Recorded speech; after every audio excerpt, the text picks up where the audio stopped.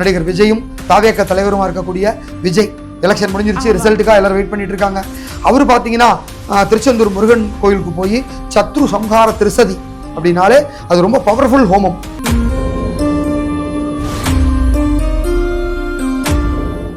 அதுவும் இந்த வைகாசி விசாகம் அன்னைக்கு தான் வந்து முருகன் வந்து பிறந்தார் அப்படின்னு சொல்லுவாங்க விசாக நட்சத்திரத்தில்.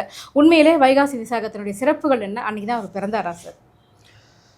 வைகாசி விசாகம் அப்படின்னாலே வைகாசி மாதம் சித்திரைக்கு அடுத்த 2வது மாதம், தமிழ் ஆண்டினுடைய 2வது மாதம். 2 நாளே ஒரு ஆதிக்கமான ஒரு எண்தான். எல்லாமே 2ஆம் கட்ட தலைவர் அப்படிம்பாங்க. அவங்க தான் அடுத்த இடத்துக்கு வரக்கூடிய அந்த லீடிங் கெப்பாசிட்டி இருக்கக்கூடியவங்க. ஸோ அந்த மாதிரி இந்த வைகாசியில் வரக்கூடிய பௌர்ணமியையும் விசாக நட்சத்திரம் அப்படிங்க சேர்ந்த ஒரு நன்னாளில் தான் சிவபெருமானுடைய நெற்றிக்கண்லேருந்து, அவருடைய நெற்றிக்கண் இருக்கு இல்லையா, அந்த நெற்றிக்கண்லேருந்து தீப்பிழம்பா தோன்றியவர் தான் முருகப்பெருமான். ஸோ 6 தீப்புழம்பு வந்து அந்த தாமரையில் விழுந்தது. அந்த விழுந்த உடனே அது 6 குழந்தைகளாக உருவம் பெற்றது. அந்த 6 குழந்தைகளும் தான் கார்த்திகை பெண்கள் வளர்த்தாங்க. அந்த ஒரு நாள் அப்படின்னாலே அது வைகாசி மாதத்தில் வரக்கூடிய பௌர்ணமியும் இந்த விசாக நட்சத்திரமும் கூடிய ஒரு நன்னாள் தான். ஏன் இது நடந்தது அப்படின்னாலே, ஒரு அசுரன், அந்த அசுரன் அழிக்கணும். அங்கே தேவலோகத்தில் யாராலையுமே முடியல. எல்லாரும் போய் சிவபெருமான்கிட்ட முறையிடுறாங்க. அதை வந்து என்னால் முடியாது, என்னுடைய சக்தி ஒன்று வரும், அது மட்டும்தான் வதம் பண்ணுவார் அப்படின்னு சொல்லி சிவபெருமானால் அந்த தோற்றுவிக்கப்பட்டவர் தான் முருகப்பெருமான். தன்னுடைய குழந்தையா தன்னுடைய நெற்றிக்கண்லேருந்து பிறக்க வைத்து அதை அழகாக வளர்த்து அந்த அசுரனை அழித்த ஒரு முருகப்பெருமான் தான். அதனால் இந்த உலகத்தில் இருக்கக்கூடிய அத்தனை தீய விஷயங்களையும் அழித்து நன்மையை தரக்கூடிய ஒரு சக்தி வாய்ந்த கடவுள் அப்படின்னா நம்மளுடைய ஸ்கந்தன். கண்டிப்பாக சார். அதே மாதிரி பார்த்தீங்க அப்படின்னா இந்த வைகாசி விசாகத்துக்கு பார்த்தீங்க அப்படின்னா நிறைய வழிபாட்டு முறைகள் வந்து சொல்லுவாங்க. குறிப்பாக இப்போல்லாம் ரொம்ப ஃபேமஸ் ஆகிட்டு வருது இந்த வெத்தலையில் விளக்கு போடுறது, அந்த மாதிரியான விஷயங்கள்லாம். உண்மையிலேயே முருகனை வந்து இந்த நாளில் எப்படி வழிபட்டால் சிறப்பாக இருக்கும் சார்? முருகனை வழிபாடு அப்படின்னாலே வாரம் செவ்வாய்க்கிழமை, செவ்வாய் அப்படின்னாலே முருகனுடைய அதிபதியான ஒரு நாள் தான். ஸோ ஒரு யோகமான நாள். அதனால தான் எல்லா செவ்வாய்க்கிழமையும் முருகனை போய் தரிசனம் பண்ணுறதுங்கிறது வழக்கத்தில் இருக்குது. நம்மளும் பார்க்குறோம். இன்றைக்கி செவ்வாய்க்கிழமையெல்லாம் பக்கத்தில் இருக்க சிறுவாபுரி முருகன்லாம் நீங்கள் போனீங்கன்னா காலம்பரை போனால் சாயங்காலம் ஆகிடும். அந்த அளவுக்கு கூட்டம் இருக்காங்க எல்லா முருகன் கோவிலும். நான் பெரிய கோவில் உதாரணமாக சொல்கிறேன் நினச்சிக்க வேண்டாம். ஒரு சின்ன கோவில் கூட இன்றைக்கி செவ்வாய்க்கிழமையில் அவ்வளவு கூட்டம் வருது. அதை தாண்டி மாதந்தோறும் வரக்கூடிய ஷஷ்டி, ஒவ்வொரு மாதத்திலையும் சுக்ல சஷ்டின்னு ஒன்று வரும். அது வந்து வளர்பிறைக்கு அப்புறம் வருது, அமாவாசைக்கு அப்புறம். அதே போல் பௌர்ணமிக்கு அப்புறம் வரக்கூடிய சஷ்டி, அது தேய்பிறை சஷ்டி, அதாவது 6வது நாள். இது 2மே முருகனை பார்க்க ஒரு சிறந்த நாள். இது இல்லாமல் மாதத்தில் ஒரு நாள் கிருத்திகை வரும். கிருத்திகைங்கிறது அவருடைய நட்சத்திரம். அந்த 27 நட்சத்திரத்தில் கார்த்திகை பெண்கள் வளர்த்தாங்க இல்லையா? இப்போ தானே சொன்னீங்க விசாகா தானே முருகன் பிறந்த நட்சத்திரம். நீங்கள் இப்போ கிருத்திகைன்னு சொல்கிறீங்க, நீங்கள் கேட்கக்கூடாது. அதாவது அவருடைய ஜென்ம நட்சத்திரம், அவர் பிறந்த நட்சத்திரம் விசாகம். அதனால தான் விசாகன்னு ஒரு பேரே உண்டு. விசாகன்னா மயில் மேலே இருக்கிறவர். அதனால தான் முருகனோட பேர் தான் விசாகனும். ஸோ விசாக நட்சத்திரத்தில் அவர் பிறந்தார். இந்த கார்த்திகை பெண்கள் 6 பேர் அவரை பாலூட்டி சீராட்டி வளர்த்தாங்க இல்லையா?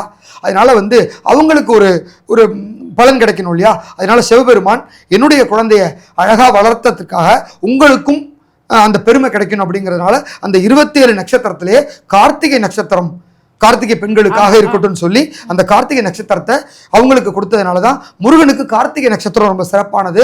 அதனால கிருத்திகை எனக்கு முருகன் ஆலயங்களில் சிறப்பு அபிஷேகங்கள் நடக்கும். அன்னைக்கு முருகனை பார்க்கறதுங்கிறது கூடுதல் ஒரு பிளஸ் அப்படின்னே சொல்லலாம். கண்டிப்பா. இப்போ கொஞ்ச நாளாவே பார்த்தீங்க அப்படின்னா அந்த முருகன் அப்படிங்கிறது வந்துட்டு பயங்கர ஒரு ஃபெமிலியரான ஒரு கடவுளாக மாறிட்டு வர. எங்க பார்த்தாலும் ஒரே வேலா இருக்குது, மயிலா இருக்குது, முருகன் பக்தர்கள் பெருகிக்கிட்டே வராங்க. என்ன திடீர்னு இவ்வளோ மாற்றம்? இல்லை, முருகன் அப்படின்னாலே குழந்தைங்க. அவர் கேட்டதை உடனே கொடுத்துடுவார். அவர்கிட்ட வந்து நம்ம எப்போதும் இப்படி போய் நிற்கக்கூடாது. எல்லாரும் பார்த்தீங்கன்னா அப்படியே கண்ணில் தண்ணி வச்சுக்குவாங்க லேடிஸ். இப்படி மடியை பிடிச்சிட்டு தான் நிற்பாங்க. எல்லா லேடிஸும் இப்படி தான் இருப்பாங்க. அவர்கிட்ட பார்த்தோம்னாலே உருகிடுவார். அவர் பிடிச்சது நம்ம இது வேணால் கொடுக்கலாம். நிறைய பேர் சாக்லேட் வாங்கிட்டு போவாங்க, பிஸ்கட் வாங்கிட்டு போவாங்க, ஒரு பஞ்சாமிரதம், பால், அப்புறம் சக்கரை பொங்கல், வெண்பொங்கல், எது வேணாலும் கொடுக்கலாம். ஸோ முருகன் வந்து குழந்தை. நம்ம குழந்தையோட வந்து நீங்கள் அதட்டிங்கன்னா கேட்காது. நீங்கள் சொல்கிறத கொஞ்சம் கூட கேட்காது. கண்ணா ராஜா கொஞ்சம் பண்ணிடுமா அப்படின்னா தோ பண்ணிடுறேம்மா அப்படின்றோம். அதனால அந்த குழந்தைகிட்ட நீங்கள் அழகாக ஒரு மண்டி இட்டு கேட்டிங்கன்னு வச்சிங்களேன், உடனே கொடுத்துருவார். அதுவும் இப்போ இந்த கலியுகத்தில் கண்கண்ட தெய்வமாக இருக்கிறவர் நம்ம முருகப்பெருமான். அதனால தான் அத்தனை பேரும் இன்றைக்கி முருகன் எங்கெல்லாம் இருக்காரோ அங்கெல்லாம் ஓடி போய் பார்க்குறாங்க. அதுவும் இன்னைய டேட்டில் தமிழகத்தில் இருக்கக்கூடிய இந்த 6 படை முருகனை ஒரு நாள் கூட, அதாவது நான் முருகனுக்கு சிறந்த நாள் கிடையாது, சாதாரண ஒரு சனிக்கிழமை திங்கக்கிழமை கூட பார்க்க முடியாது, அவ்வளவு கூட்டம் இருக்குது, அவ்வளவு ரொம்ப பிரபலம் ஆகிட்டு வருது. ஒரு சின்ன முருகன் கோயிலோட டாப்பில் இருக்காங்க. அதற்கு வந்து இன்னைக்கு சமூக வலைதளங்கள்லாம் வளர்ந்துருச்சு. நம்ம போன்ற ஒரு யூடியூப்லாம் வந்து ஒரு சின்ன கோயிலை கூட வெளிச்சம் போட்டு காட்டுறோம். அதனால வந்து பல பக்தர்கள் பல பொதுமக்கள் தேடி போய் பார்க்குறாங்க, சக்தி வாய்ந்த கோவிலா இது, இவ்வளவு பிரபலமாக இருக்க கோவிலா அப்படின்னு சொல்லி தேடி தேடி போகிறாங்க. ஸோ அந்த நாளில் இருக்க எல்லா முருகன் கோவிலையும் போய் நெய் தீபமோ இல்லை நல்லெண்ணெய் தீபமோ எது வேணால் ஏற்றலாம். 6 முகம் அப்படிங்கிறதுனால 6 தீபம் ஏற்றலாம். ஸோ 12 கைகளை கொண்டவர் அப்படின்னால சில பேர் 12 தீபம் கூட ஏற்றுவாங்க. குறைந்தபட்சம் ஷட்கோணத்தில் ஒரு 6 தீபம் ஏற்றி வழிபட்டால் நிச்சயமாக நினைத்த காரியம் நடக்கும். அதுலேயும் இந்த சஷ்டியிலையோ இல்லை கிருத்திகையிலையோ விளக்கேற்றி முருகனுக்கு சிகப்பு அரளி புஷ்பம் வாங்கி கொடுத்து வேண்டிக்கிட்டா நினைத்த காரியம் நடக்கும். குழந்தை வேணுமா உடனே போய் கேளுங்க, கொடுப்பார். அதாவது கந்த சஷ்டியில் விரதம் இருக்கிறது தான் ரொம்ப சிறப்பு. மாதம் வரக்கூடிய சஷ்டியில் விரதம் இருந்தாலும் அதற்கான பலன் கிடைக்கும். ஒருவேளை கொஞ்சம் தாமதமானாலும் மகா கந்த சஷ்டின்னு சொல்லப்படக்கூடிய அந்த ஐப்பசி மாதம் கந்த சஷ்டி வருது இல்லையா, அதில் விரதம் இருந்தோம் அந்த 6 நாள்லாம் நிச்சயமாக அவங்களுடைய கர்ப்பப்பையானது நிரம்பிவிடும். அதனால தான் ஒரு பழமொழியே இருக்கும், ஷஷ்டியில் விரதம் இருந்தால் அகப்பை நிரம்பிவிடும் அப்படின்றது. அது நாளடைவில் மருவிதான் சட்டியிலிருந்து அகப்பையில் வரும்னு சொல்லிட்டாங்க. அதோட உள்ளர்த்தம் இதுதான். கண்டிப்பாக சார். அதே மாதிரி இந்த வைகாசி விசாகத்தன்னைக்கு இந்த மாதிரியான விரதங்கள்லாம் இருந்தோம் அப்படின்னா ரொம்ப சிறப்பாக இருக்கும் அப்படின்வாங்க. குறிப்பாக வந்து பார்த்தீங்க அப்படின்னா கடவுள் வந்துட்டு யாரையும் பட்னி இருந்தே வந்து கும்பிடுன்னு சொல்லலை, தன்னை தானே வருத்திக்கிட்டே கும்பிட கேட்கல. எல்லாருமே வந்து உண்மையான ஒரு பக்தியோடு வந்தால் ஏற்றுக்கிறேன்னு தான் சொல்கிறார். உண்மையிலேயே இவ்வளவு உடலை வருத்தி இவ்வளவு கஷ்டப்பட்டு விரதம் இருந்து போய் முருகனை கும்பிடணுமா? அப்படி கும்பிட்டு அவர் ஏற்றுக்கிறாரா? இல்லை, எல்லா கடவுளுமே அதை தான் சொல்கிறது. உங்களால் என்ன முடியும், உங்களோட உடல்நிலை என்ன. விரதம் இருக்கிறது அப்படின்னாலே நம்மளுடைய உடலை ஒரு தூய்மைப்படுத்துகிறது தான் விரதம் அப்படின்னாலே. புற தூய்மை அப்படின்னாலே டெய்லி குளிக்கிறோம், அதனால் உடம்பு சுத்தமாயிடுது. அகத்தூய்மை அப்படின்னா மனசு, உள்ள உடம்பு. ஸோ டெய்லி சாப்பிட்டுட்டே இருக்கோம், கிடைக்கிறதெல்லாம் உள்ளே போடுறோம், அதை க்ளீன் பண்ணணும் இல்லையா? ஸோ அதற்காக ஏற்படுத்தப்பட்டது தான் அந்த விரதம்ங்கிற ஒரு அந்த காலத்தில் ஒரு அனுஷ்டானம். ஸோ அந்த விரதம் இருந்தால் உள்ள வந்து குடல் க்ளீன் ஆகும். மாசத்துல ஒரு நாள் விரதம் இருந்தால் போருன்றாங்க. இப்போ சில பேர் மாசம் ஃபுல்லாக விரதம் இருக்காங்க, அது பல்வேறு உடல் உபாதைகள் ஏற்படுத்துறது, அசிடிட்டி, அல்சர், இந்த மாதிரி பிரச்சனை. தயவு செஞ்சு மாசத்துல 10 நாள்லாம் விரதம் இருக்காதீங்க. குறைந்தபட்சம் 1 நாள் 2 நாள் இருக்கலாம். அது முடிஞ்சவங்க. முடியாதவங்க பாலோ இளநீரோ பழமோ சாப்பிட்டு இருக்கலாம். ஸோ என்னை பட்டியா வந்து பாருங்க, எந்த சாமியுமே சொல்லலை. அதனால அவங்க உடல் முக்கியம். சுவர் இருந்தால் தான் சித்திரம் எழுத முடியும், நம்ம நல்லா இருந்தால் தான் நம்ம இந்த விரதம் இருக்க முடியும், கோவிலில் போய் சாமி கும்பிட முடியும். அதனால் நம்ம உடம்பு முதல்ல பார்த்துக்கணும். ஸோ எப்படி விரதம் இருக்கலாம்னா அவங்கவுங்களுக்கு ஏற்ற மாதிரி விரதம் இருக்கலாம். ஸோ பல பேர் பார்த்தீங்கன்னா அன்னைக்கு மௌன விரதமாக இருப்பாங்க. அது ரொம்ப நல்லது. ஏன்னா எப்போ பார்த்தாலும் பேசினே இருக்கும், நல்லதும் பேசுகிறோம், கெட்டதும் பேசுகிறோம், புறம் பேசுகிறோம், நிறைய காசி பேசுகிறோம், கமெண்ட் அடிக்கிறோம். அதெல்லாம் இல்லாமல் ஒரு நாள் வாயை மூடி அந்த குரல் இருக்கு இல்லையா, அந்த குரலுக்கு ஒரு நாள் ஓய்வு கொடுக்கலாம். உடம்புல இருக்க எல்லா பாகங்களுக்குமே ஒரு நாள் ஓய்வு கொடுக்கணுங்கிறதா ரெஸ்ட்னு சொல்கிறோம். நம்ம வாரமான ஒரு நாள் சண்டே ஆஃப் எடுத்துகிட்டு வீட்டில் இருக்கோம் இல்லையா, அந்த மாதிரி ஒவ்வொரு பாகமே 365 நாள் வேலை செஞ்சுட்டு இருக்கு. அதுக்கு ஒரு ஓய்வு கொடுக்கணும். மௌன விரதம் இருக்கலாம். எதுவுமே சாப்பிடாம இருந்தால் உள்ளே இருக்க ஸ்டமக்கு, இறப்பை, மற்ற எல்லாத்துக்கும் ஒரு ஓய்வு கிடைக்கும்.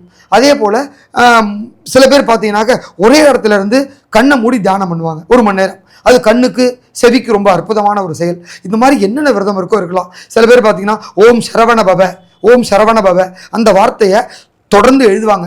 1008 தடவை, 108 தடவை, என்ன முடியுமோ எழுதலாம். அந்த மாதிரி எழுதலாம். இது மாதிரி எவ்வளவு வேணா அவங்களுக்கு என்ன முடியுமோ எழுதலாம். சில பேர் காவடி எடுப்பாங்க, பால்குடம் எடுப்பாங்க, சில பேர் பயணிக்கு பாத யாத்திரையாக போவாங்க, இல்லை பக்கத்தில் இருக்க கோவிலுக்கு பாத யாத்திரையாக போவாங்க. அதனால எது வேணா பண்ணலாம்.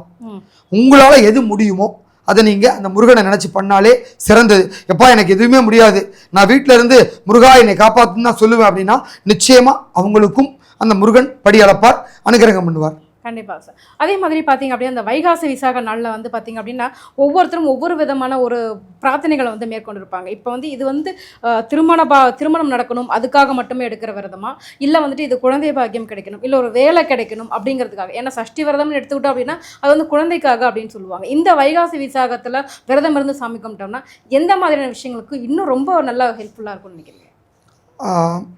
முருகன் அப்படின்னாலே பவர்ஃபுல் கடவுள் சொல்லிட்டேன்.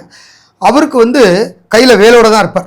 ஸோ எதிரிகளை வந்து அந்த வேலை பார்த்தாலே நம்ம ஒரு அருவாளோட பார்த்தா கருப்பண்ண சமயம் பயமாக இருக்கு இல்லையா, அந்த மாதிரி முருகன்னாலே வேல் தான்.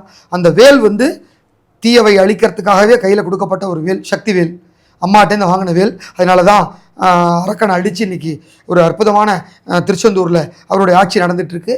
ஸோ அப்படிப்பட்ட முருகனை எல்லா நாளுமே வேண்டலாம். அதாவது சஷ்டி விரதம் அப்படிங்கிறது குழந்தை பாக்கியத்துக்காக சொல்லப்பட்டிருந்தாலும் மற்றவர்களும் அந்த நேரில் விரதம் இருந்தால் அவங்களுக்கும் கிடைக்கும்.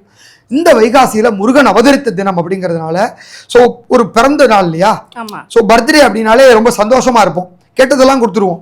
நம்ம பர்த்டேல நம்ம உள்ளூர ஒரு சிறப்பு இருக்கும். ஸோ முருகன் பிறந்த நாள்னால அன்னைக்கு போய் எனக்கு நல்ல வேலை கிடைக்கணும்னு வேண்டிக்கலாம், எனக்கு ஒரு புது வீடு வாங்கணும்னு வேண்டிக்கலாம், என்னுடைய கடன்லாம் அடையணும்னு வேண்டிக்கலாம், எங்கள் அப்பா அம்மாவுக்கு உடம்பு சரியில்லை, கேன்சரில் அவஸ்தைப்படுறாங்க, இல்லை உடல் உபாதையில் அவஸ்தைப்படுறாங்க, ஹார்ட் ப்ராப்ளமாக இருக்குது, அவர் சீக்கிரமாக குணமாகனு வேண்டிக்கலாம். என்ன பிரார்த்தனையோ அது நிச்சயமாக நிறைவேறும். அதை விட எல்லா விதமான சத்துருக்களையும் அழிக்கக்கூடியவர் முருகப்பெருமான். நமக்கு விரோதிகள் நிறையா இருக்காங்க, எல்லாம் பண்ணுறேன், எனக்கு வாழ்க்கையில் எதுவுமே மேலே வர மாட்டேங்குது, எனக்கு அவ்வளோ எதிரிகள் இருக்காங்க, அதெல்லாம் என்ன பண்ணணும் அப்படின்னாலே இந்த நாளில் போய் முருகனை பார்த்தா அவங்களுடைய அந்த சத்துருக்கள்லாம் அழிஞ்சு போய் ஒரு நாசமாகி அவங்களுக்கான அந்த வாழ்க்கையில் ஒரு மேலே போகிற சம்பவங்கிறது நடக்கும். அதனால தான் இப்போ பார்த்தோம், நடிகர் விஜயும் தாவேக தலைவருமாக இருக்கக்கூடிய விஜய் எலெக்ஷன் முடிஞ்சிருச்சு, ரிசல்ட்டுக்காக எல்லாரும் வெயிட் பண்ணிட்டு இருக்காங்க. அவர் பார்த்தீங்கன்னா திருச்செந்தூர் முருகன் கோயிலுக்கு போய் சத்ரு சம்ஹார திருசதி அப்படின்னாலே அது ரொம்ப பவர்ஃபுல் ஹோமம். 350 அர்ச்சனை உண்டு அதில், அதாவது ஒவ்வொரு முகத்துக்கும் 50 அர்ச்சனை. ஸோ 6 முகம் இல்லையா, 6 5 30 300 முகம், 300 அர்ச்சனை. ஒரு 50 முகம் சிவனுக்கும் பார்வதிக்குமா சேர்த்து 350 அர்ச்சனையை பண்ணி ஹோமம் பண்ணுவாங்க. ரொம்ப பவர்ஃபுல். அந்த மாதிரியான ஒரு அர்ச்சனையை பண்ணிட்டு வந்திருக்கார். அப்படின்னா என்னுடைய அரசியல் களத்தில் யாரும் எதிரிகளே இருக்கக்கூடாது, எல்லா எதிரிகளையும் நீ துவம்சம் பண்ணணும் அப்படின்னு முருகன்ட்ட வேண்டிட்டு வந்திருக்கார். இத்தனைக்கு அவர் ஒரு கிறிஸ்தவர்னு எல்லாருக்குமே தெரியும். இல்ல, வேற்று மதத்தினர் பொதுவாகவே ஒரு இந்து மத கோவிலுக்கு வரணும் அப்படின்னாலே நம்ம இந்து சமய அறநிலையத்துறை அதுக்கான ஒரு இது வச்சிருக்காங்க, ஃபார்மாலிட்டிஸ், அதுக்கான ஒரு விண்ணப்பம் இருக்குது. அதை பூர்த்தி பண்ணி அந்த உறுதிமொழியெல்லாம் எடுத்ததுக்கு அப்புறம் தான் கோயிலுக்குள்ள நுழைய முடியும். நான் இதை சம்மதிச்சு வரேன் அப்படின்னு அவங்க சுய சம்மதத்தோட வரணும். அது வேணா கடவுள் எல்லாருக்கும் சமமானவர் இல்லையா, அது யாரையும் நம்ம பிரித்து பார்க்கக்கூடாது. அது மாதிரி தான் நேற்று அவரும் ஒரு உறுதிமொழி கொடுத்து தான் வந்திருக்காரு. கையில் வேலோட அந்த முருகனுடைய சிகப்பு வஸ்திரத்தை தோளில் போட்டு அந்த வள வந்த காட்சிகள் நம்ம வீடியோக்களில் பார்த்தோம், அவ்வளவு பிரமாதமாக இருந்தது. ஸோ அவரே வேண்டார்னா மாற்று மதத்திற்கே நம்ம முருகனை பற்றி தெரிஞ்சிருக்குன்னா நம்ம எப்படி கும்பிடணும் சத்தியா நம்ம முருகனை, அதுக்கான ஒரு நாள் தான் இந்த வைகாசி விசாகம். அதனால இதை யாருமே தவற விடாம எல்லாரும் வைகாசி விசாகம் அன்னைக்கு முருகன் கோவில்களுக்கு சென்று முடிஞ்சதை வாங்கி கொடுத்து, பால் அபிஷேகத்துக்கு பாலோ உங்களால் என்ன முடியுமோ வாங்கி கொடுத்து, ஒரு சிகப்பரளி புஷ்பம் வாங்கி கொடுத்து, ஒரே ஒரு நெய்தீபம் ஏற்றி வேண்டிக்கிட்டீங்கன்னா உங்களுடைய காரியங்கள் நிச்சயமா தடையின்றி நிறைவேறும். அந்த 6 முகன் சண்முகன் உங்களுக்கு அனுகிரகம் பண்ணுவார். கண்டிப்பாக சார். ஸோ வைகாசி விசாகத்தை பற்றி எங்களுக்கு ரொம்ப தெளிவான விளக்கங்கள் கொடுத்துருக்கிறீங்க. கண்டிப்பாக இது நம்ம நேர்களுக்கு ரொம்ப உதவியாக இருக்கும் அப்படின்னு நம்புகிறோம். எங்கள் கேள்விகளுக்கு ரொம்ப சிறப்பான பதில் சொன்னீங்க சார், ரொம்ப நன்றி. நன்றி. அந்த குக்கு பக்தி நேர்களுக்கு என்னுடைய பணிவான நமஸ்காரம். இந்த மாதிரியான ஒரு நிகழ்ச்சியில் நேர்களை சந்தித்து உங்களுடைய இந்த மாதிரி விஷயத்தை ஷேர் பண்ணிக்கிட்டது எனக்கு ரொம்ப சந்தோஷம். நன்றி.